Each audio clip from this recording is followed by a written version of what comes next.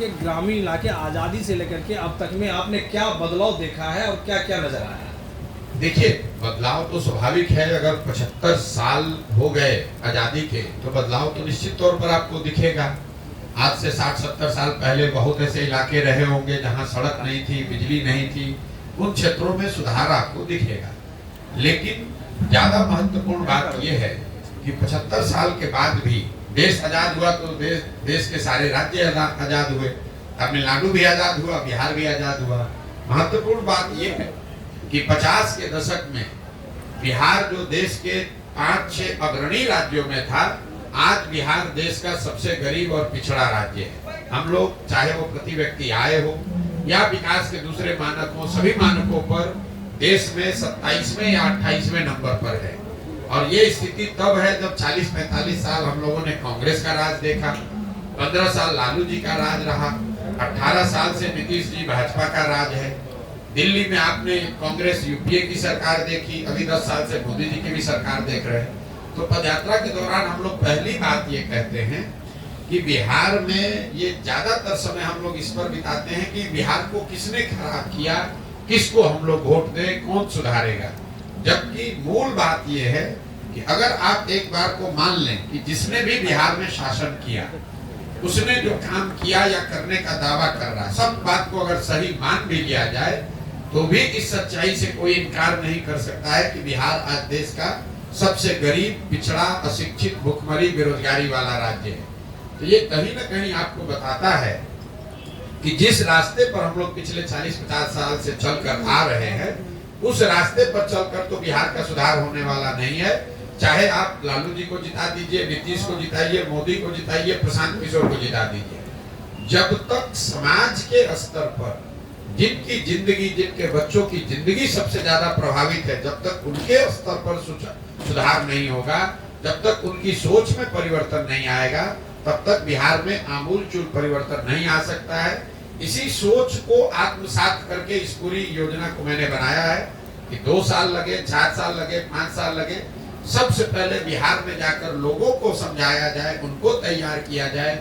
जब उनके बात समझ में आएगी तभी कोई बड़ा परिवर्तन आप देख पाएंगे। देश भर के बड़े बड़े राजनीतिज्ञ अभी मैं देख रहा हूँ कि बीजेपी में बिल्कुल कहीं न कहीं मलाई मारने के लिए चले जा रहे हैं। ऐसे में आप कितना अच्छा महसूस करेंगे, कितना रिलैक्स फील करेंगे सरकार में आ जाते हैं तो? नहीं, सवाल क्या है आपका हम समझ नहीं पाए। भाई, जो राजनीति करता है वो तो हवा का रुख जिधर होता है, ज्यादातर लोग हवा के रुख के साथ चलने वाले ही होते हैं। हवा के रुख के विपरीत या धारा के विपरीत चलने वाले लोगों की संख्या तो हमेशा कम रहेगी। तो अभी अगर देश में हवा का रुख लोकसभा के चुनाव के नजरिए से भाजपा या एनडीए के पक्ष में दिख रहा है, तो स्वाभाविक तौर पर जितनी चिड़िया उड़ कर जाने वाली है उसी दिशा में भागेगी जिस साइड की हवा का रुख हो। इसमें कोई नई बात तो है नहीं। मेरा सवाल ये है कि देश भर में सीएए लागू हुआ है, अब इस पर सियासत तेज होगी, इस पर आपका क्या कहना है? भैया, आज से 3 साल पहले जब पहली बार सीए एनआरसी की चर्चा हुई, तब मैं नीतीश जी के साथ था और इसी मुद्दे पर नीतीश कुमार ने उस समय लोगों से, दल के साथियों से धोखा करके भाजपा के साथ मिलकर इस बिल को लाने में, इसके प्रावधान को देश में लागू कराने के पक्ष में वोट दिया था। तब मैंने खुलकर दल में रहते हुए विरोध किया, उनके दल को छोड़ा और मैं बिल्कुल ही इस पूरी परिकल्पना के, इस अध्यादेश के, इस कानून के विरोध में हूँ। इसलिए नहीं कि इसमें मुसलमान का क्या होगा, हिंदू का क्या होगा, भाजपा क्या कह रही है, विपक्षी दल क्या कह रहे हैं। इस पूरे कानून के विरोध में इसलिए है कि ये संविधान की मूल भावनाओं के विपरीत है। जो इस देश के फाउंडिंग फादर्स हैं, जिन लोगों ने इस देश को बनाया, जिन लोगों ने संविधान को बनाया, उन्होंने इस बात को तय किया कि जाति, धर्म, वर्ग के आधार पर किसी भी तरह का भेदभाव नहीं किया जाएगा। तो जैसे ही आप नागरिकता को धर्म से जोड़ेंगे, चाहे आपकी मंशा ठीक हो या खराब हो, अलग विवाद का मामला है, बहस का मुद्दा है, लेकिन आप संविधान की या इस देश को बनाने वालों की जो मूल भावना है उसका अनादर कर रहे हैं। इसलिए मैं सीएए के खिलाफ में पहले भी था, आज भी हूं और आगे भी रहूंगा। मैं कुंदन हूँ दैनिक जागरण से। मेरा एक सवाल है कि चिराग पासवान को लेकर भाई ये संशय खत्म हो चुका कि वो एनडीए में हो, एनडीए के लिए इतना महत्वपूर्ण कैसे है चिराग? अब ये तो जाकर एनडीए वालों से पूछिए कैसे महत्वपूर्ण। देखिए, जिस भाजपा को आप लोग इतना ताकतवर समझते हैं, ये देश मान रहा है, अमित शाह, मोदी वगैरह, अगर आप इनको गहराई से, करीब से अगर देखना, जानना, समझना चाहेंगे तो आपको पता चलेगा कि जहां पर इनके खिलाफ लोग या राजनीतिक दल खड़े होकर मजबूती से चुनाव लड़े और इनको हरा दिया, वहां पर कभी इनकी हिम्मत नहीं हुई फिर से खड़ा होकर चुनाव लड़ने की। तो बिहार वो भूमि है जब 2015 में अमित शाह और मोदी अपने सारे प्रयास के बावजूद उनको सफलता नहीं मिली, और वो जो डर है, वो इतना बड़ा डर है हारने का। जब आपको ज्यादातर जगह पर आसान जीत मिलती है, तो कहीं पर जब आप हार जाते हैं तो आप उससे डरते बहुत ज्यादा है। तो कहीं ना कहीं भाजपा को ये डर है, भाजपा की लीडरशिप को, कि बिहार की जो राजनीतिक मैं कहूँगा पृष्ठभूमि है, यहाँ का जो सोशल फैब्रिक है, जो यहाँ समाजवाद की जड़ें हैं, वो इतनी मजबूत हैं या इतनी गहरी हैं कि भाजपा के लिए इतना आसान नहीं है कि पूरे बिहार को अपने एक मोदी के स्लोगन पर जीत लिया जाए। ऐसा उनको लगता है। सच्चाई क्या है ये तो भगवान जाने, लेकिन ऐसा उनको लगता है। इसीलिए वो इस तरह के गठबंधन, जैसे नीतीश कुमार के लिए अभी कुछ महीना पहले आकर यही अमित शाह ने मंच से खड़े होकर कहा कि बिहार की जनता, एक एक आदमी सुन लीजिए,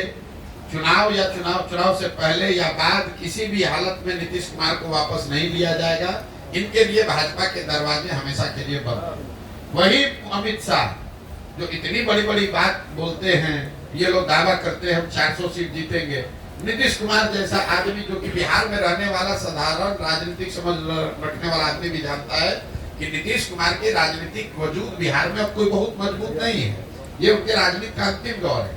लेकिन अगर वो भी वापस आ रहे हैं तो भाजपा को उसको मानने, स्वीकार करने में कोई दिक्कत नहीं है।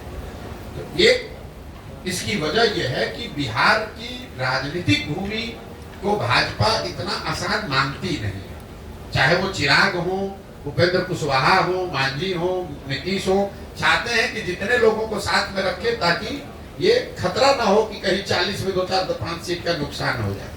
और दूसरा, ये बिहार के लोगों का दुर्भाग्य रहा है कि ये 40 सीट जो है, इसके लालच ने बिहार को बर्बाद कर दिया।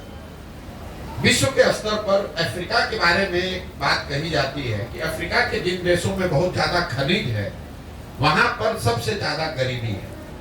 उसको मिनरल कर्स कहा जाता है, क्योंकि वहां इतना खनिज है कि उसी को लूटने के लिए, उससे कमाने के लिए दुनिया भर के लोग जाकर वहां लूटपाट मचाते हैं। उसी तरह बिहार की हालत है।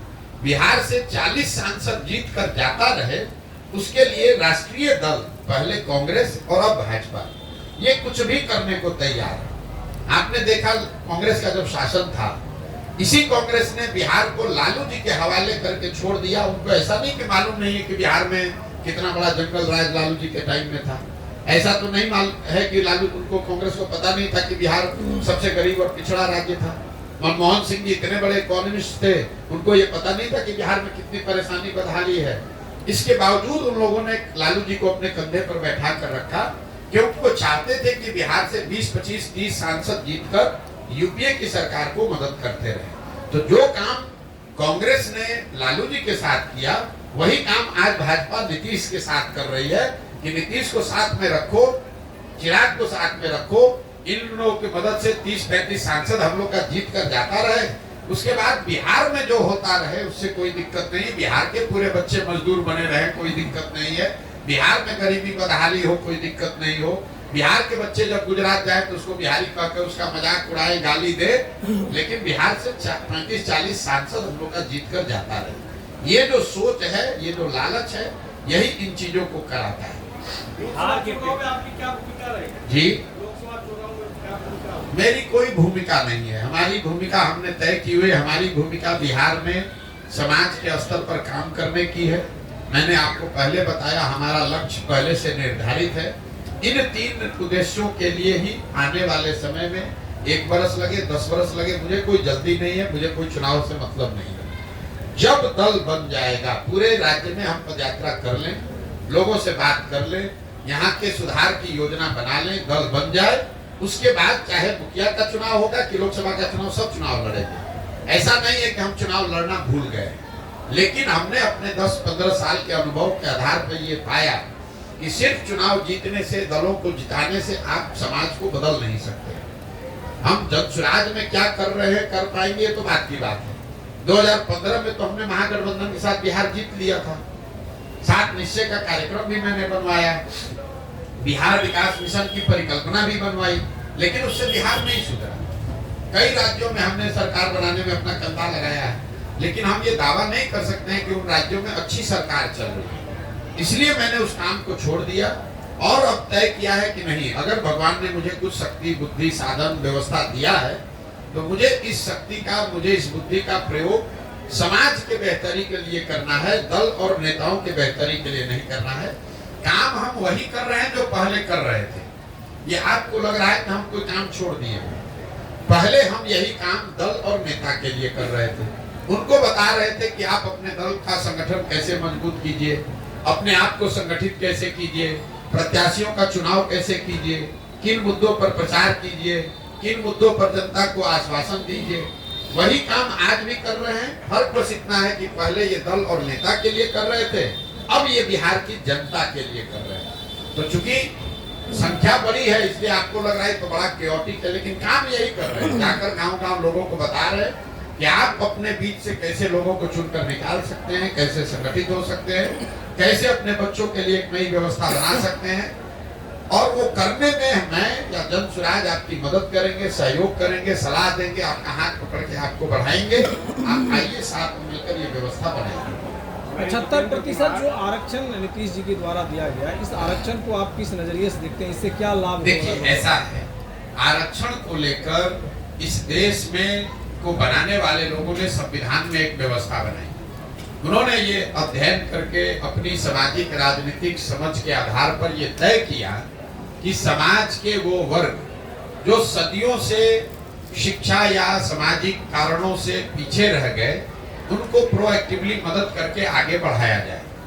उसमें एक समय सीमा भी तय की गई कि कितने वर्ष तक ये आरक्षण रहेगा, लेकिन उसमें ये भी तय किया गया कि ये मानकर ये किया गया कि उतने दिन में वो जो समाज के पिछड़े वर्ग है वो सामान्य वर्ग के बराबर हो जाएंगे। तो आरक्षण बना रहना चाहिए, बिल्कुल इसके पक्ष में है। तब तक बना रहना चाहिए जब तक वो वर्ग जो जिनको वंचित या पिछड़ा माना जा रहा है वो सामान्य वर्गों के बराबर न हो जाए, शैक्षणिक, सामाजिक और आर्थिक नजरिए से। तीसरा, आपने कहा कि जो आरक्षण बढ़ाया घटाया, ये तो लालू, नीतीश जैसे जो नेता हैं आरक्षण का विशुद्ध प्रयोग अपने राजनीतिक हित के लिए करते हैं। मैं आपको एक आंकड़ा दे देता हूं। बिहार में टोटल लोग जो सरकारी नौकरी में हैं, चपरासी से लेकर मुख्य सचिव तक, कॉन्ट्रेक्चुअल एम्प्लॉय भी अगर जोड़ दीजिएगा तो टोटल 1.57% लोग ही सरकारी नौकरियों में हैं। इसको याद रखिए, 13 करोड़ की आबादी है जिसमें करीब 1.5% लोग सरकारी नौकरी में हैं। अब आप आरक्षण 1.5% में चाहे 65 कर दीजिए या 80 कर दीजिए या 100 में 100 कर दीजिए, मान लीजिए कि आपने 100 में 100% भी रिजर्व कर दिया, तो भी समाज का 98.5% आदमी को तो इसका कोई फायदा नहीं है। यही वजह है कि आप देख रहे हैं कि सरकारी नौकरियों में आरक्षण के प्रावधान के बावजूद जो अभी जातीय जनगणना हुआ उसमें क्या निकल के आया कि जो जातियां, जो समाज आज से 30 साल पहले सबसे पीछे थे, आज भी वो वहीं के वहीं खड़े हैं। उनका सुधार सिर्फ नौकरियों में आरक्षण से नहीं होगा। जब तक आप उनके बच्चों को पढ़ने की व्यवस्था नहीं करेंगे, जब तक आप उनको खेती के लिए जमीन नहीं देंगे, जब तक आप उनको रोजी रोजगार के लिए पैसा पूंजी नहीं देंगे, तब तक सिर्फ सरकारी नौकरियों में आरक्षण को फेर बदल करके आप समाज के बड़े वर्ग को नारा उससे लगवा सकते हैं, उसका वोट ले सकते हैं, लेकिन उसका भला नहीं कर सकते। मैं हमेशा कहता हूं कि लालू जी ने सामाजिक न्याय के नाम पर जो काम किया है, गरीबों को, वंचितों को आवाज दिया, ऐसा उनका दावा है और इस बात के लिए लालू जी का सम्मान होना चाहिए। मैं रोज मन से कहता हूं कि लालू जी का इस बात के लिए सम्मान होना चाहिए कि लालू जी के प्रयास से समाज के कई समाज वर्गों को आवाज मिली, सम्मान मिला, हिम्मत मिला, बल मिला। लेकिन लालू जी ने जिन वर्गों को बल दिया, आवाज दिया, उन वर्गों के बच्चों के शिक्षा की व्यवस्था नहीं की, उन वर्गों के लोगों को उन्होंने जमीन नहीं दिया, उन वर्गों के लोग बिजनेस व्यापार कर सके इसके लिए पैसा पूंजी नहीं दिया। ये क्यों नहीं किया? इसलिए कि इन समाज के लोग आवाज पाकर उनके पक्ष में आवाज लगाएं, डंडा लेकर खड़ा हो, उनका झंडा लेकर घूमे, लेकिन अपने बच्चों के लिए कभी कुछ न पा पाए। जीवन भर लालू जी और उनके बच्चों के लिए आवाज लगाते रहे, उनके लिए नारा लगाते रहे। तो ये सामाजिक न्याय का एक पहलू है जिसको आपको हमको समझना है। जहां सामाजिक न्याय में सामाजिक स्वतंत्रता और जो बोल बताते हैं कि हमने आपको आवाज दे दिया, उस बात को काटने की जरूरत नहीं है। लेकिन लालू जी ने किसी वंचित समाज के गांव में, किसी महादलित परिवार के गांव में, पंचायत में स्कूल की व्यवस्था नहीं की। इस पूरे राज्य में लालू जी ने कभी भूमि सुधार की चर्चा नहीं की। इस पूरे राज्य में लालू जी ने कभी कोई ऐसी व्यवस्था नहीं की कि बैंकों से इन गरीब वंचित समाज के लोगों को सस्ते दर पर ऋण मिले ताकि वो रोजी रोजगार कर सके। इसके दो ही वजह हो सकते हैं, या तो लालू जी की इसकी समझ नहीं थी, या फिर लालू जी की राजनीतिक चातुर्यता इतनी है कि इन समाज को आवाज तो दो, लेकिन इनको पढ़ाई मत दो, इनको शिक्षा मत, इनको जमीन मत दो, इनको रोजगार मत दो, ताकि ये जीवन भर भीड़ बनकर मेरा और मेरे बच्चों का झंडा लेकर घूमते रहे, हम राजा बने रहे और ये सब हमारा जय जयकार करने वाली जनता बनी रहे। आगामी लोकसभा आपका समर्थन किसी प्रत्याशी को मिलेगा? किसी को नहीं, मेरा समर्थन किसी को नहीं है, मेरा विरोध किसी को नहीं है। ये जो मैं पूरा अभियान कर रहा हूँ, देखिए पूरे देश में कितनी पार्टियां और दल हैं जो चाहते हैं हम उनकी मदद करें, हम लोकसभा में उनके साथ जुड़ जाएं। हमने इस काम को 2021 में, आज नहीं, 2 मई 2021 को जब बंगाल तमिलनाडु का रिजल्ट आया, उस दिन हमने नेशनल टीवी पर बैठकर घोषणा की कि अब हमको जीवन में काम करना ही नहीं। लेकिन अब पत्रकार है या राजनीतिक टीका टिप्पणी करने वाले लोग, हमको तो ये विश्वास होता नहीं है। अब आपको विश्वास न हो तो उसके लिए हम कुछ कर नहीं सकते हैं। जब हमने काम छोड़ा, छोड़ने के बाद 1 साल अपने जीवन का निकाला ये समझने के लिए कि हमको जीवन में आगे क्या करना है, और 2021 से लेकर 2022 तक सोचने समझने के बाद हमने तय किया कि अब अपने जीवन का मेरा अगला 10 साल 15 साल बिहार में सुधार के लिए हमको लगाना है। उसके लिए जो कुछ भी करना पड़े, अपना घर परिवार छोड़कर, आप देख रहे हैं कि देश में आज चुनाव हो रहा है, मेरे घर में कुछ हो रहा होगा, गर्मी हो, बरसात है, जाड़ा है, मैं पिछले 18 महीना से बिहार के गाँव में ही रहता हूँ, इन्हीं कैंप्स में रहता हूँ, लोगों से मिलता हूँ, उनको समझाने का प्रयास करता हूँ। उसमें सफलता मिले न मिले वो बात का बात है, आप उससे सहमत हो सकते हैं, नहीं सहमत हो सकते हैं, लेकिन मैं ये काम पिछले 2 वर्ष से कर रहा हूँ, इस बात से कोई इनकार नहीं कर सकता है। तो मैं हमेशा कहता हूँ कि अगर आप हमारी बात, हमारी कहे हुए बात पर भरोसा मत कीजिए, मेरे कथनी पर मत जाइए, तो मेरे करनी को देखिए, जो मैं कर रहा हूँ उसको देखिए, जांचिए, परखिए, ठीक लगे तो जुड़िए, और न ठीक लगे तो जैसे जीवन चल रहा है चलाइए, हमें कोई दिक्कत नहीं है। जो आपसे प्रभावित है, जो मतदाता आपसे प्रभावित है, वैसे लोग कहाँ वोट करेंगे? जो हमसे प्रभावित है, जो इस सोच से प्रभावित है, वो उन लोगों को वोट करेगा जो समाज में इस बार खड़े होंगे और बेहतर उनकी नजर में होंगे। अब आप ये कह सकते कोई बेहतर ना हो तो क्या करे भाई, उसके लिए नोटा का प्रोविजन है, जाके नोटा दबाओ।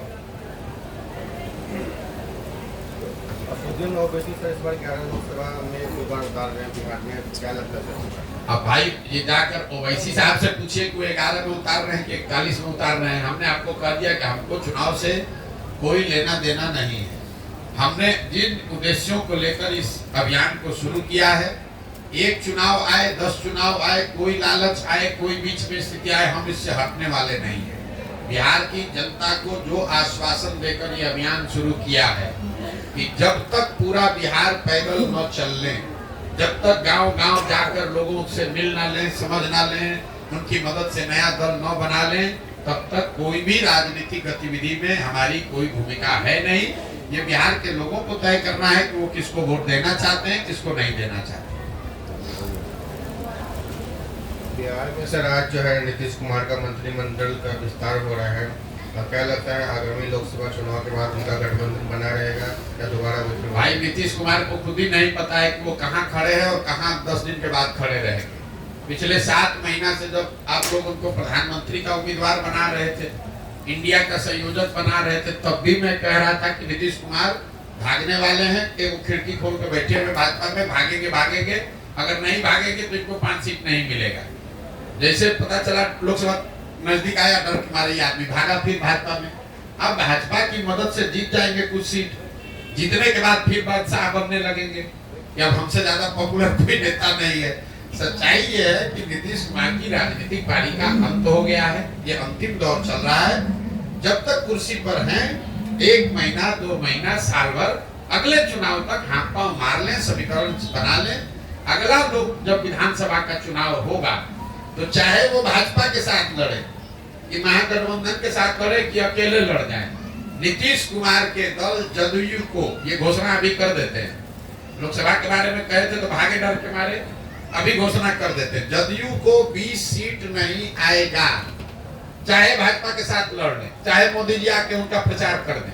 और भाजपा वालों को भी चुनौती दे रहे हैं, अगर इनको दम है, अगर भाजपा के नेतृत्व को दम है तो घोषित करे कि नीतीश कुमार अगला मुख्यमंत्री होगा और चुनाव लड़ के दिखा दी विधानसभा में। इनको भी अपनी औकात दिख जाएगी इस बार कि नीतीश कुमार को अपने कंधा पर बैठा के कितना दिन ये लोग बिहार की जनता की आंख में धूल झोंकेंगे। पिछले ही बार बिहार की जनता ने 42 को उतार दिया था, इस बार इतना निश्चय कर देगा कि भाजपा चाहेगी भी तो कुछ नहीं कर सकती है। और मैं फिर से रिपीट कर दे रहा हूँ, किसी भी फॉर्मेशन में नीतीश कुमार लड़े, इनको 20 सीट नहीं आएगा विधानसभा में। भाजपा के साथ लड़े तो, जब फिर से भाग के आरजेडी के साथ लड़े तो, अकेले लड़े तो। और दूसरी बात ये कह देते हैं कि भाजपा को दम नहीं है, भाजपा को दम नहीं है कि ये घोषित कर दे कि अगला चुनाव नीतीश कुमार के चेहरे पर विधानसभा का लड़ा जाएगा। अगर ये घोषित कर देंगे तो उनके समर्थन में हम खड़ा हो जाएंगे, नहीं कर सकता। उनको भी मालूम है कि नीतीश कुमार का नाम अगर घोषित किया तो बिहार का जनता सिरे से साफ कर देगा। नीतीश को तो साफ करेगा, उनको भी कर देगा। इस जिले के बाद जो है अगला जिला कौन सा होगा? और इस जिला के बाद 16 तारीख को अभी तक के कार्यक्रम के हिसाब से मधेपुरा जाएंगे, मधेपुरा के बाद सुपौल, सुपौल से अररिया, किशनगंज, पूर्णिया, उसके बाद कटिहार। और अपना जो है राजनीतिक दल कब तक बन सकता है? अब फिर वही बात, अरे भाई जब पदयात्रा पूरा हो जाएगा तो दल बन जाएगा। इस पदयात्रा का किलोमीटर और दिन निश्चित नहीं है, इसके उद्देश्य निश्चित है, इसका लक्ष्य निश्चित है। वो लक्ष्य को पूरा करने में कभी 20 दिन लगता है। मान लीजिए हम सोच कर आए कि सहरसा में एक काम को 20 दिन में कर लेंगे, लेकिन अगर 24 दिन भी लगेगा तो हमारे लिए ये जरूरी है कि वो काम हो, बजाय इसके कि 20 दिन में जल्दी से पूरा करके मधेपुरा पहुंच जाए। हमारे लिए पदयात्रा कोई किलोमीटर पूरा करने का रिले रेस नहीं है, मैराथन नहीं है। नहीं तो हम देखिए कितने बड़े बेवकूफ है, 18 महीना से चल रहे हैं, अभी आधे बिहार चलता है। यहाँ का नेता लोग 1 महीना में पूरा बिहार का दौरा कर लेता है। राहुल जी 6 महीने में पूरा देश चल दिए, बीच में छुट्टी भी लेते हैं लोग, अमेरिका भी जाते हैं, घर भी जाते हैं। हम घर भी नहीं जाते हैं, कहीं छुट्टी भी नहीं लिए, फिर भी 18 महीने हो गए, अभी आधा बिहार ही कर पाए। इसलिए कि हमारा काम करने का तरीका दूसरा है, हम उनके जितना होशियार नहीं है। अभी तेजस्वी यादव आए, उन्होंने 7 दिन में पूरा बिहार कर दिया। उससे पहले आपने देखा नीतीश कुमार ने 1 महीने में पूरे बिहार का समाधान कर दिया।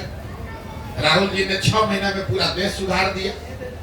तो भाई हमें उतनी क्षमता नहीं है, हम धीरे चलने वाले कछुआ है, हम धीरे धीरे ही चलेंगे। और हमको अभी पूरा बिहार करने में 1-1.5 साल और लग सकता है।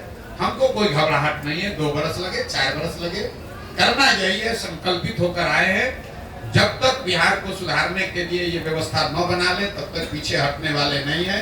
दुनिया में कोई प्राथमिकता नहीं है, हमारे लिए एक ही प्राथमिकता है, आने वाले कुछ वर्षों में बिहार को सुधारने की व्यवस्था बनाई जाएगी।